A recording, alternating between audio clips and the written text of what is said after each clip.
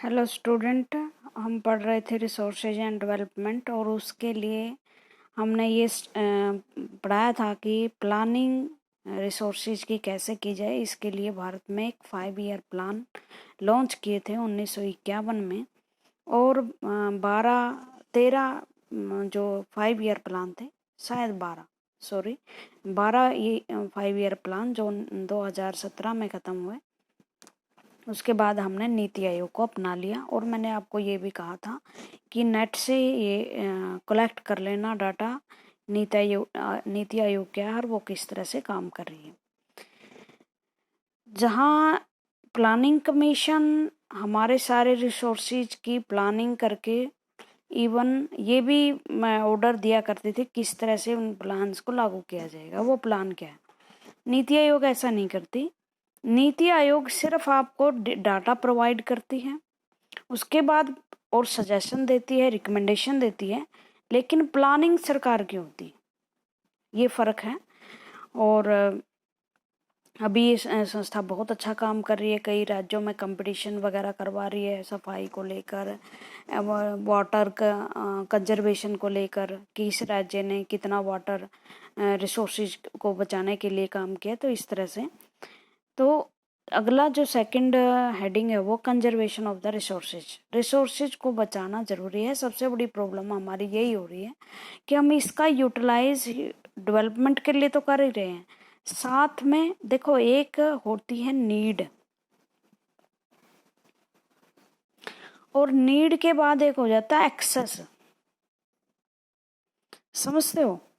पानी आपकी नीड है 1 गिलास, लेकिन आप एक्सेस में यूज कर रहे हो पता नहीं कितने गिलास। आप मोटर बाइक को धोने में, फर्श को धोने में लगा देते हो। तो ये क्या है? ये गलत प्रयोग है। और आजकल हम इसी चीजें यही कर रहे हैं। खाना हम मंगवा लेते हैं ढेरों, और उसको फिर शादी ब्याह में देखोगे आप, इतनी सारी वेस्टेज चली जाती है।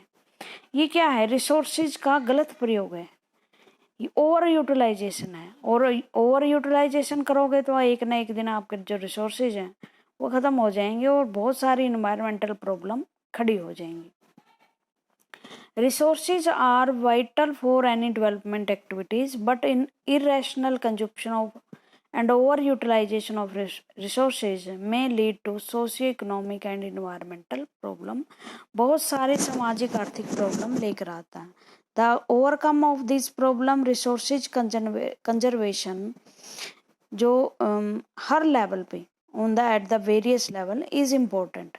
जो रिसोर्सेज कंजर्वेशन है वो ज़रूरी है, और वो चाहे किसी भी लेवल पे हो। एक ह्यूमन के रूप में आप भी रिसोर्सेज में को बढ़ावा देने में बहुत सारा काम कर सकते हैं। Voicing his concern about resources conservation in this word, जो रिजर्वेशन इन रिसोर्सेज को बचाने के लिए कई वर्ड्स कहा जाते हैं। जैसे आज 5 जून है, पर्यावरण दिवस है, तो पर्यावरण में सभी रिसोर्सेज आ जाते हैं। तो उनके बचाव, पृथ्वी के बचाव के लिए हम काम करें, पर्यावरण के, फॉरेस्ट के लिए, हवा के लिए, पानी के लिए। तो हर एवरीबॉडी को क्या करना पड़ेगा? He place the greedy and selfish individual and exploitative nature of modern technology as the root cause of the resources depletion at global level. नई टेक्नोलॉजी आ गई जिसके कारण हम ज़्यादा से ज़्यादा रिसोर्सेज का प्रयोग कर रहे हैं, और रिसोर्सेज का प्रयोग की जगह, यूज की जगह रिसोर्सेज की लूट। फर्क समझ रहे हो ना? एक तो आप यूज कर रहे हो, एक उसको लूट रहे हैं उसका गलत प्रयोग करके, और लोगों की भूख जो है बढ़ती जा रही है ग्लोबल लेवल पे। बल्कि विकसित देशों ने ही ये स्टार्ट किया ये चीज़ें, और अब हर देश जो है एक्सप्लॉयटेशन कर रहे हैं, रिसोर्सेज का डिप्लीशन हो रहा है, रिसोर्सेज खत्म होते जा रहे हैं। इवन पानी जैसी चीज, हमारे एक कहावत होती थी, पानी से पतला कुछ नहीं होता। इसका मतलब पानी कोई ऐसी चीज नहीं है जो वैल्यूएबल है, लेकिन आज पानी भी खराब हो रहा है, और आने वाले दिनों में जो लड़ाई है वो साफ पानी के लिए होगी वर्ल्ड में। He was against the mass production and wanted to reflect it with the productivity of the masses. At the international level फिर दुनिया के देश क्या कर रहे हैं भाई? दुनिया के देश दिखावे में प्रयास बहुत कर रहे हैं। अमेरिका, भारत, चीन सब इकट्ठे होते हैं और इकट्ठे मिलकर बहुत सारी संधियां करते हैं, समझौते करते हैं, बातें करते हैं, डिस्कशन होते हैं। लेकिन अभी ये चैट कर रहे हैं, बस बातें कर रहे हैं, एक्शन कुछ भी नहीं हो रहा। रिसोर्सेज को बचाने के लिए एक्शन कुछ भी नहीं हो रहा।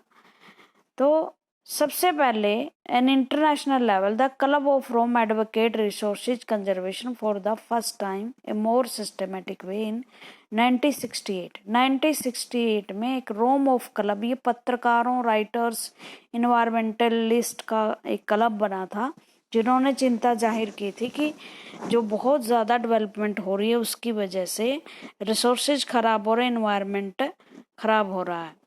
उसके बाद subsequently in 74 Gandhian philosophy was once again presented by Schumacher in the book small is beautiful. Schumacher एक राइटर थे, उन्होंने एक बुक लिखी थी स्मॉल इज ब्यूटीफुल। जैसे गांधी जी ने कहा था ना, सादा जीवन उच्च विचार, इस तरह से उन्होंने भी एक विचार रखा था जो गांधीयन फिलोसफी पर आधारित था कि छोटे छोटे उद्योग लगाओ जी, बड़े बड़े उद्योग मत लगाओ। छोटे उद्योग ना तो कोई पोल्यूशन करते हैं और पूंजी बहुत व्यक्तियों के हाथों में बढ़ जाती है। अब की तरह नहीं है कि बड़े बड़े उद्योग लगाए, पूंजी एक व्यक्ति के हाथ में आ गई, लाभ भी उसी का, और वो जिस तरह से चाहे रिसोर्सेज का प्रयोग करे, गरीब गरीब होते जा रहे, अमीर अमीर।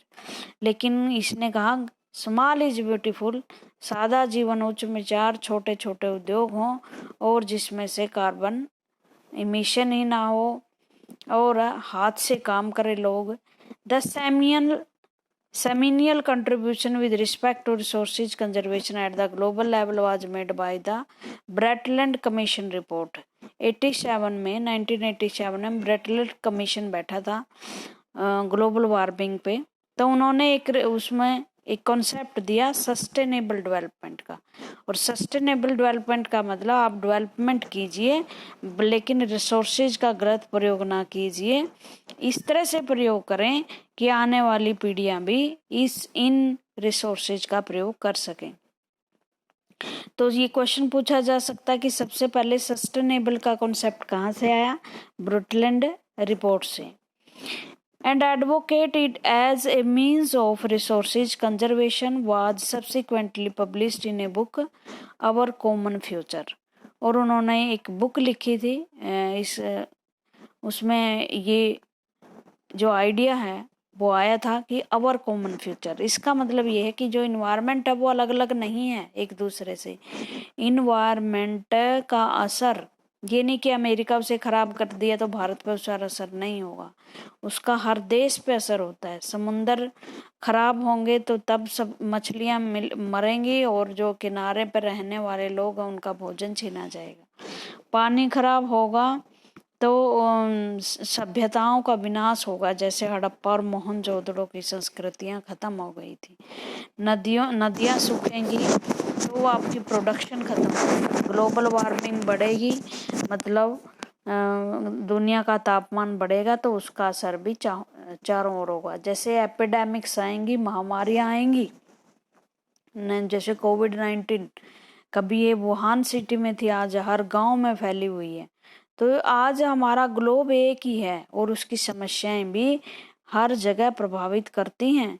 और इसलिए इसने कहा था कि हमारा कॉमन फ्यूचर, मानवता का फ्यूचर एक ही है। इसलिए ज़रूरी है कि एक अर्थ समिट की जाए और जिसमें सस्टेनेबल डेवलपमेंट के सिद्धांतों को लिखा जाए, उस पर बात की जाए। बहुत सारे प्रतिनिधि वहाँ शामिल हुए रियो डी जेनेरो में और 1992 में, और बहुत सारे प्रपोजल रखे गए कि आने वाले समय में क्या क्या किया जाना चाहिए। Significant contribution was made at Earth Summit Rio de Janeiro in, और इसने 21 बातें लिखी थी, 21 पॉइंट, जिसमें 21 चिंताएं थी कि भाई इस पर आने वाले समय में वर्ल्ड को काम करना पड़ेगा। अब लैंड रिसोर्सेज कितना है और इसका क्या इफेक्ट पड़ रहा है, ये आप 6ठी 7वीं 8वीं की बुक्स में आप पढ़ के आए हो कि कितनी लैंड है, कैसे बनी है। लेकिन आज हम ये कैसे खतरे में है ये पढ़ेंगे। ज़्यादा से ज़्यादा प्रोडक्शन निकालने के चक्कर में हमने क्या कर दिए, बीजों के जीन बदल दिए, ज़्यादा से ज़्यादा पेस्टिसाइड का प्रयोग किया लगा, जो केमिकल फर्टिलाइज़र हैं उनका प्रयोग करने लगे हम, जो देसी खाद वगैरह ह्यूमस वगैरह वो हमने छोड़ दी, जिससे हमारी लैंड खराब हो रही है। सेम की समस्याएं आ चुकी हैं, बंजर होती जा रही है धरती। पानी जो परमिनिएबल टेक्सचर होता था किसी परत का पानी सोखने का, वो पानी सोख नहीं पाती है, गंदा पानी बढ़ रहा है। तो इस तरह से लैंड कैसे हमने खराब कर दी। दूसरी बात, लैंड की जो है अंडर कल्टीवेशन तो आएगी ये, उसके साथ साथ हाउसिंग रोड बिल्ड करने की वजह से बहुत सारी जमीन में कंक्रीट बिछ गया है, जो पानी होना चाहिए था जमीन के नीचे वो जा ही नहीं रहा। We live on land, we performs our economic activity land and we use the different way. Thus land is a natural resources of most importance. Land के ऊपर ही सारी एक्टिविटीज़ होती हैं, लैंड ना हो तो हम जीवित नहीं रह पाएंगे। इकोनॉमिक एक्टिविटीज़ सब यही होती हैं। It's support natural vegetation, wild life, human life, economic activities, transport, communication, सब कुछ जो आप देखते हैं वो सब कुछ लैंड पे तो ही हो रहा है। हाउ और land is asset of a finite, लेकिन इसकी एक सीमा है। पृथ्वी पर कितने हिस्से पर माउंटेन्स हैं ये आपको ग्राफ दिखाया गया है। प्लेन जो हैं वो 43% हिस्से पर प्लेन्स है जहाँ खेती वगैरह हो सकती है, ह्यूमन बसावट आसानी से हो सकती है। माउंटेन्स आपके 30% है और प्लेट्यू 27% है। ओके, ये इंडिया का है, इंडिया का मैप है।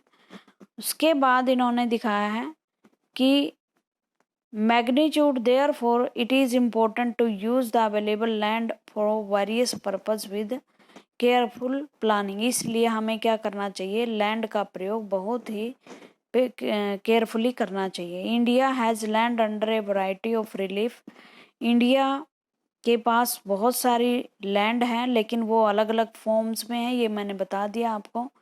43% लैंड प्लेन्स हैं जिस पर खेती वगैरह होती है, which provide facility for agriculture and industries. Mountains account 30% of the total surface area and ensure perennial flow of some rivers. Perennial flow का मतलब होता है नदियाँ बहती हैं, इसमें से माउंटेन से नदियाँ आती हैं। और 27% क्या है, प्लेट्यूज हैं। प्लेट्यू और माउंटेन्स में ये फ़र्क है।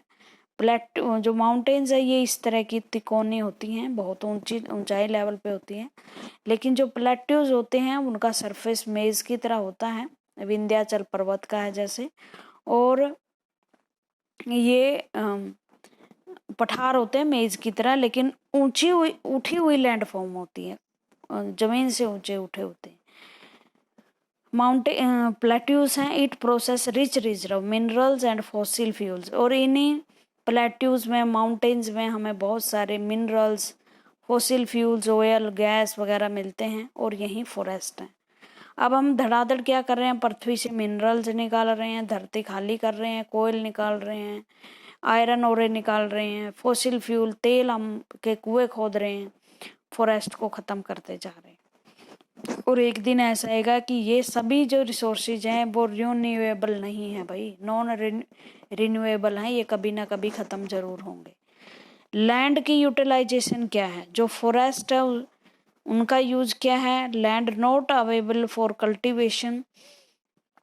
एक तो इस पर फॉरेस्ट है, जैसे अभी हमारे यहाँ 22%, लेकिन अब बढ़ गए हैं 23% के करीब, 23-24% के करीब हमारे वन हो गए हैं। ये एक अच्छी खबर थी बहुत सारी खबरों में से। Land not available for cultivation, वो लैंड जो कल्टीवेशन में काम नहीं आती, बैरन और वेस्ट लैंड, बंजर भूमि और अनुपजाऊ। Land put non agriculture use, that is building road factories. कई लैंड इसलिए यूज नहीं होती क्योंकि इस पर रोड फैक्ट्रियां बन जाती हैं, और दूसरी अनकल्टिवेटेड लैंड भी हैं। अदर अनकल्टिवेटेड लैंड हैं जैसे permanent pasture and grazing land. Permanent pasture मैंने इसका मतलब क्या है, जो चरगाह होते हैं जहाँ पर पशु चारण के लिए जो भूमि छोड़ दी जाती है, जैसे गांव में समालात भूमि होती है ना, वो पशु चारण की भूमि होती थी।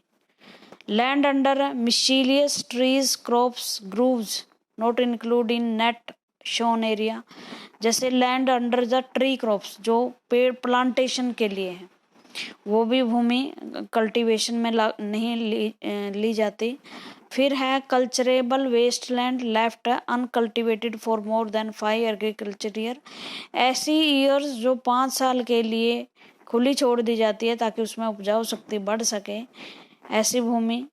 Follow lands current fallow left without cultivation for 1 और लेस देन 1 एग्रीकल्चर ईयर। ऐसी भूमि जो 1 साल के लिए एग्रीकल्चर खेती के बिना छोड़ दी जाती है ताकि उनकी उपजाऊ शक्ति बढ़ सके। Other than current fallow left uncultivated for 1 से कुछ मतलब एग्रीकल्चर लैंड 1 से 5 साल तक छोड़ी जाती है, कुछ 1 साल 2 साल के लिए छोड़ी जाती है। लेकिन अब केमिकल फर्टिलाइजर का प्रयोग होने लगा तो शायद ये भूमि भी कम छोड़ी जाती है अब। और नेट शोन एरिया इसमें वो है भाई जो हर साल जिसमें फसल उगाई जाती है, ठीक है। जैसे आप हरियाणा पंजाब में देखते हो एक फसल आती है, दूसरी फसल उसमें लग जाती है, गेहूं चावल चावल गेहूं, इस तरह से। Land use pattern in India, Bharat में धरती किस तरह से यूज होती है। The use of land is determined both by physical factor such as topography climate and soil type. बच्चों जो सोयल यूज होती है या लैंड यूज होती है उसमें ये देखा जाता है कि लैंड किस तरह की होती है। जैसे उसकी टोपोग्राफी कैसी है, टोपोग्राफी वो मैदानी है या पहाड़ी है, प्लेट्यूज है। क्लाइमेट कैसा है, सीजनल बारिश होती है कि नहीं होती है, जैसे राजस्थान वगैरह में बारिश कम होती है, लेह लद्दाख में। लेकिन जो आपकी नॉर्थ ईस्ट है या नॉर्थ है उसमें बारिश होती है तो सीजन के अनुसार वहाँ फसलें बोई जाती है। सोयल की टाइप कैसे हैं, 6ठी 7वीं में आप पढ़ चुके हो कि सोयल कैसे बनती है, सैलों के टूटने से। और सैलें कितनी होती हैं, इग्नियस सेल्स होती हैं, सेडिमेंट्री सेल्स होती हैं, उनके टूटने से जो मिट्टी बनती है वो भी ब्लैक सोयल होती है या एल्यूवियल सेल होती है, ठीक है। तो ये हमारी जनरल लैंड यूज कैटेगरी इन 60 से 61 में ये लैंड यूज होती थी, ये एक ग्राफ है। और 2014-15 में इस तरह से लैंड यूज होती है। देखो बच्चों उस टाइम लैंड जो खेती होती थी वो कम होती होगी, क्योंकि फॉरेस्ट थे, जंगल काटे होंगे तब की होगी। लेकिन एक बात थी, पॉपुलेशन कम थी, पॉपुलेशन कम की वजह से हाउसिंग, फैक्ट्रीज, रोड, रेलवेज के लिए जो मिट्टी थी, लैंड थी, वो कम यूज होती थी, आज वो बढ़ चुकी है। ओके, जहाँ फॉरेस्ट ज़्यादा हुआ करते थे वहाँ फॉरेस्ट अब कम है। जैसे हम देख लेते हैं कुछ कुछ चीज़ें। जो ये एरिया है, ये area under non agriculture use, ठीक है। मतलब पहले ये 46% था, अब 45 के करीब है। उसके बाद है ये नेट शोन है, जो एरिया बोया जाता है, नेट शोन एरिया। और ये एरिया है जो ये है अंडर नॉन एग्रीकल्चर यूज। ये जो एरिया है ये फॉरेस्ट था 18%। अरे बढ़ गया है area. It is not be unbelievable, it is not believable. मतलब आप विश्वास नहीं करोगे कि एरिया हमारा फॉरेस्ट का उस टाइम 18.11 था और अब 23.3 हो गया है। चलो अच्छी बात है, अच्छी खबर है। बैरन एग्रीकल्चर वेस्टलैंड कितनी होती थी, वेस्टलैंड जिस पे खेती नहीं होती 18, लेकिन मनुष्य ने अपने प्रयासों से, टेक्नोलॉजी से 5% ही ऐसी, क्योंकि नहरें आ गई हैं, टेक्नोलॉजी आ गई है, केमिकल यूज ऑफ फर्टिलाइजर आ गया है, तो इस तरह से उन्होंने अपने जो लैंड है उनको बोने लायक बना लिया है। चारागाह 4% होते थे, अब बहुत ही सिमट गए हैं, 3 रह गए हैं। उसके बाद इन्होंने दे रखा है कल्चरेबल वेस्टलैंड, इनकी ये थी 6%, ये भी घटी है। मतलब कुछ चीज़ें घटी हैं, कुछ बड़ी है, ये आप देख लेना अच्छे तरीके से। उसके बाद है भारत में आपको बताया जाएगा, इन्हीं ग्राफ्स को समझाया जाएगा वर्ड्स में कैसे हैं। Total geographical area of India is 3.28 million square kilometre, ठीक है। 32 लाख के करीब हमारा मिलियन स्क्वायर किलोमीटर लैंड है, जो विश्व में 7वां स्थान रखते हैं। ये बहुत अच्छे डाटे हैं, याद रखना बच्चों, जब आप बड़े बड़े टेस्ट दोगे तब ये चीज़ें आएंगी। Land use data however is available only for 93% of the total geographical area because the land use reporting for most of the northeast state except Assam has not been done fully। ये सारे देश का data है, असम का नहीं है बस। और Jammu Kashmir occupied by Pakistan and China have not been surveyed, क्योंकि चाइना ने भी हमारा बहुत सारा एक्साई चीन का जो इलाका है ये ये एक्साई चीन है, ये हमारा इसके चाइना के पास है। और ये हमारा कश्मीर है जो पाक ऑक्यूपाइड कश्मीर है, ये पाकिस्तान के पास है। इनके सर्वे और असम के सर्वे नहीं है इसमें, बाकी सबके सर्वे हैं सारे भारत के, वो देख लेना आप क्या क्या है। तो 2014-15 में क्या क्या हमारे पास लैंड थी ये बातें। The land under permanent posture has also decrease, जो चरागाह थे वो कम हुए हैं, वहाँ 4% थे 61-62 में, अब 3% के करीब रह गए। How are we able to feed our huge cattle population on the pasture land and what are the consequence of it. अब हम इतनी बड़ी जनसंख्या हमारी पशुओं की, वो कैसे इसको खाना खिलाएंगे और उसके क्या परिणाम निकले। पहले गांव में आपने देखा होगा कि सारे पशु बाहर निकलते थे चरागाह के लिए, लेकिन अब किसी के पशु बाहर नहीं जाते। तो ये टाइम के साथ चेंज होता रहता है। Most of the other than the current flow lands are either of poor quality of the cost of cultivation के कारण वो बढ़ गई है। मतलब हमारे पास बहुत सारी चीज़ें ऐसी आ गई हैं जिसके द्वारा हम क्या कर सकते हैं, लैंड को बचा कर रख सकते हैं। उसके बाद है out of such and very high hence these land are cultivated once और twice in is about 2 or 3 years and if they are included in the net shown area then the percentage of NAS National Statistical Survey in India come to about 54% of the total reporting area।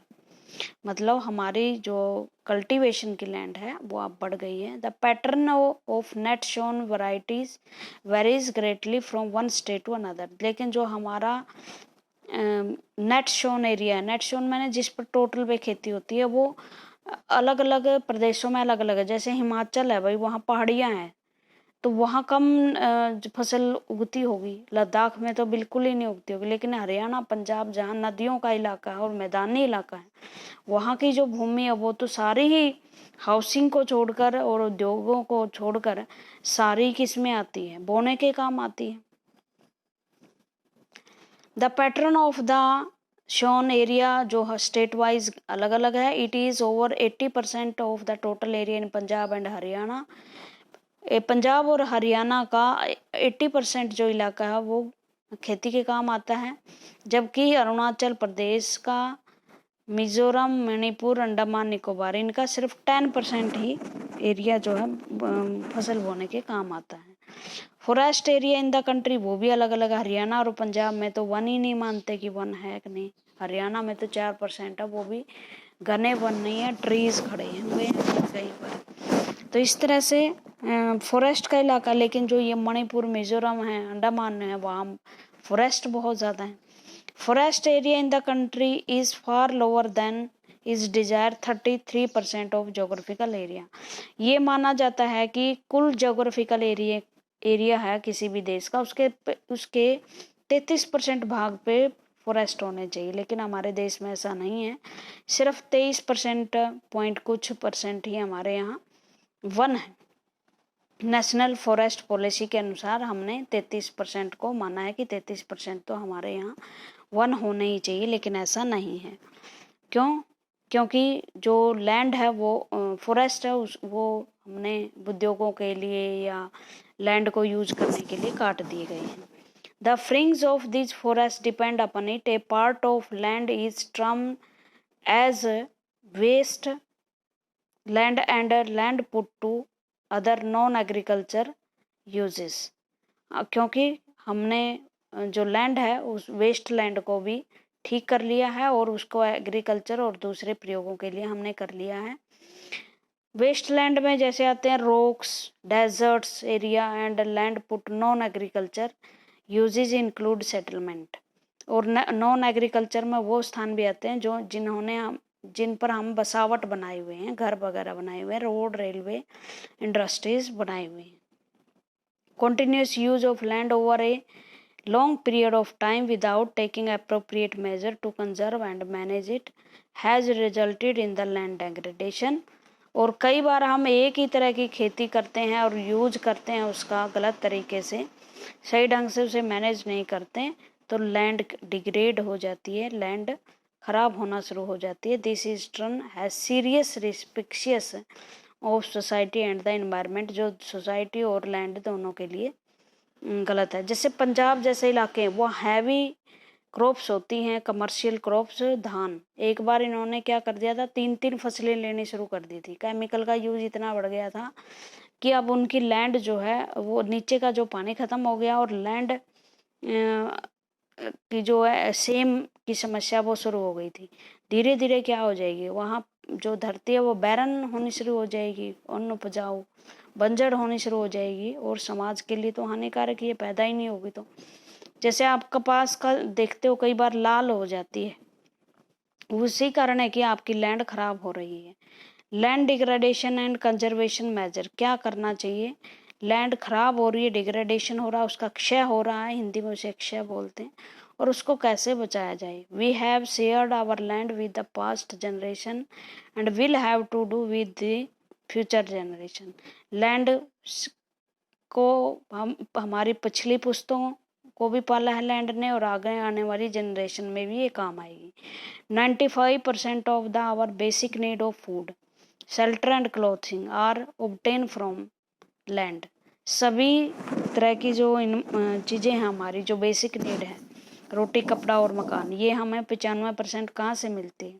Land से मिलती है। 5% हम food की जैसे समुंदर से प्राप्त कर लेते हैं। Human activities have not only brought about degradation of land but have also aggravated the pace of the natural forces to cause damage of land। ना केवल हम धरती को खराब कर रहे हैं बल्कि जो नेचुरल क्लाइमेट्स है उनको भी इनवाइट कर रहे हैं, आओ और पृथ्वी को खराब कर दो, जैसे लैंडस्लाइड्स होते हैं।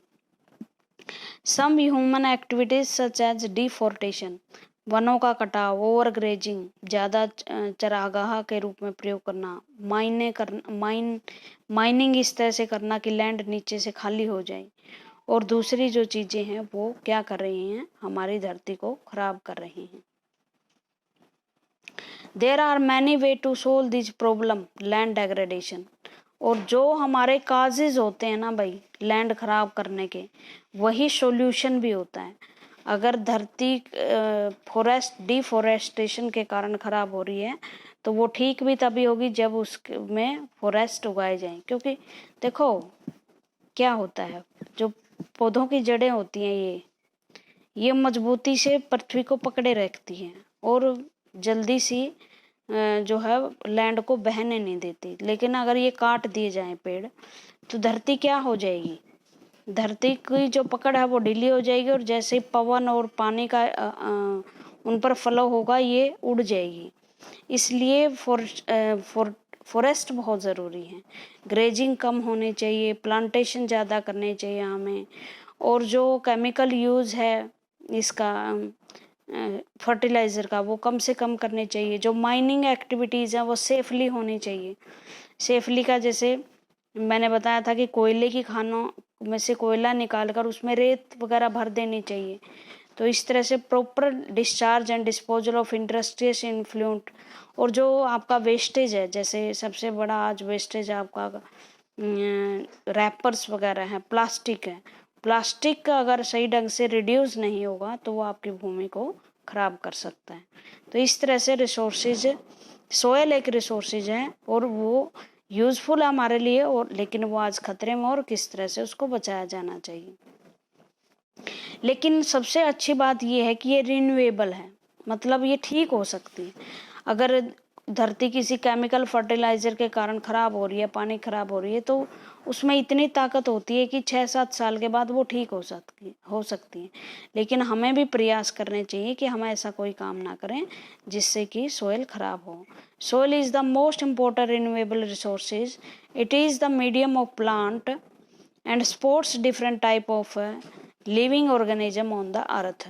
इसमें बहुत सारे पौधे उगते हैं, जैविक जीव जंतु, बैक्टीरियाज होते हैं। The soil is a living system, और ये लिविंग है, डायनेमिक है, बदलती रहती है, परिवर्तन होते रहते हैं। It takes million of year. एक सेंटीमीटर की परत जब बनती है तो वो कई सालों ले लेती है। तो relief, parent rocks and bed rocks, climate, vegetation and other form of life and time are important factor in the formation of the soil। और soil किससे बनती है आपको पता है, rocks के टूटने से बनती है। वहाँ की climate कैसी है, vegetation कैसी है, इस तरह से soil बनती है। Various force of the nature such as change the its temperature, action of running water, wind and glacier, activities of the decomposer etcetera. और इसके साथ साथ हुआ है टेम्परेचर, बहते हुए पानी, हवा, और जो डिकम्पोजर होते हैं, एक्टिविटीज, बैक्टीरियाज वगैरह होते हैं, उन पे भी आपकी सोयल निर्भर करती है। Some human activities such as deforestation, over grazing, mining, ये हमने पढ़ लिया है कि ये किस तरह से हमारी धरती को खराब करने के का कारण बनती है। जैसे माइनिंग है, माइनिंग मैंने जैसे हम खाने खोद कर इसमें से कुछ न कुछ खनिज पदार्थ निकालते हैं।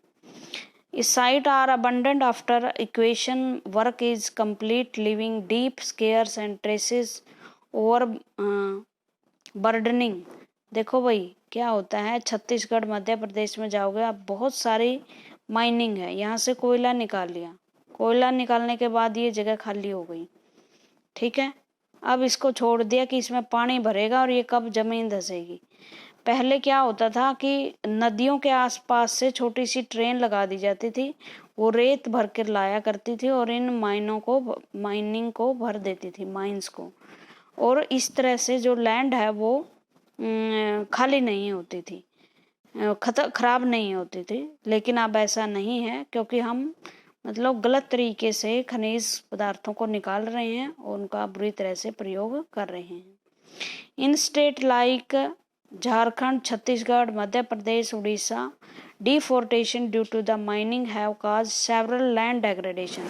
और जितनी हम माइन खोदेंगे ना, माइन के ऊपर जितने भी फॉरेस्ट होंगे वो खत्म हो जाएंगे। ये जो प्रदेश थे ना, झारखंड, मध्य प्रदेश, छत्तीसगढ़, यहाँ सबसे ज्यादा वन होते थे भारत में। लेकिन अब माइनिंग करने के चक्कर में अब ये फॉरेस्ट काट दिए गए हैं और यहाँ बहुत कम वन रह गए हैं। In the state of Punjab, Haryana, आपको देखोगे पंजाब, हरियाणा, उत्तर प्रदेश में वन है ही नहीं, क्योंकि वो इरिगेशन के कारण और एग्रीकल्चर के कारण ख़त्म हो गया है। और इसके कारण जो मिट्टी है वो ख़राब हो रही है। अब इसमें नमकीन जो अमल है, अम्लीयता बढ़ रही है, मतलब एसिड बढ़ रहा है पृथ्वी पर, सोयल में, और जिसके कारण आपकी जो प्रोडक्शन है वो भी कम हो रही है। The mineral processing like grinding of limestones, और आपको पता है साथ साथ में पहाड़ों को काटने के लिए, पत्थर निकालने के लिए वहाँ जो फैक्ट्री है, सीमेंट फैक्ट्री चलाने के लिए, तब उनको काटा जा रहा है और वो एटमॉस्फेयर के लिए बहुत बड़ी हानि है। ग्लेशियर एक्टिविटीज़ और दूसरी एक्टिविटीज़ है जो हमारे लैंड को ख़राब कर रही हैं। अब हम देखते हैं कि लैंड में कौन कौन सी लेयर हैं। ये टॉप लेवल है और हरा इसलिए दिखा क्योंकि जितने भी आपकी ग्रेनरी उगती है इसी पर उगती है। नीचे ये वीदरलैंड है, रॉक्स हैं। उसके बाद जो है रॉक्स जो आपकी अग्नेयस शैलें या मेटाफॉर्मिक शैलें हैं उनकी परत हैं, और नीचे अनवीदर्ड पेरेंट रॉक हैं। ये आप देख लेना। आज के लिए इतना ही। Thank you very